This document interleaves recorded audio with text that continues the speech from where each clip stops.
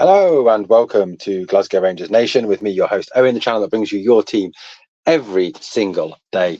Well, guys, just out and about at the moment, we're scrolling through the news, keeping on top of the news as always. So, interesting news story put on about 3 or 4 different websites, all now bringing the same story about a new director of football for Rangers. Now, James Bisgrove at the Fans Forum said that the appointment of a new director of football would be imminent.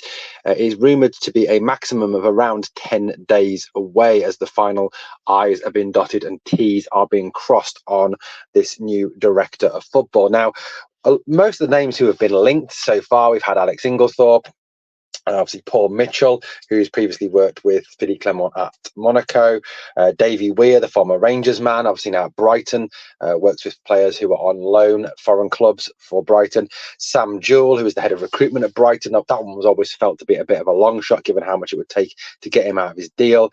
Stuart Webber was another one who was possibly linked, and the Norwich sporting director who is leaving his job on the 23rd of November. However, it appears that Rangers may have settled upon someone who has already previously worked with Philippe Clement in his past. This is Dimitri de Conde. I think it's de Conde or de Conde. He is a Belgian national. He is currently technical director at Genk. Yes, that's where Philippe Clement has worked with him. He has worked also as a youth coach at Genk. Now, what makes de Conde attractive to Rangers? That's the key question. Well, de Conde has a track record of buying good quality players for Genk. He was the sporting director, technical director when Philippe Clement had all his success at Genk, bringing in players like Leon Bailey, I think was one that he brought in. He also signed Yanis Hadji for Genk as well. Yes, our very own Yanis Hadji. But one of his top things that he has done in his time as the Genk technical director is he has generated a large amount of income for the club using the trading model that Rangers want to use, obviously to buy in players, obviously develop those players and then sell them on for a big profit.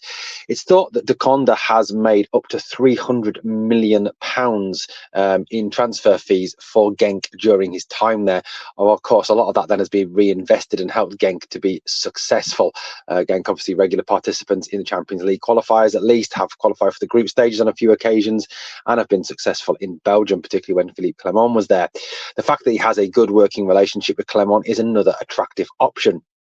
Now, I will look into this a bit more deeply over the next sort of few hours and days and try and get a bit more detail and try and get some more information out to you on Sunday. But I wanted to bring you this initial news.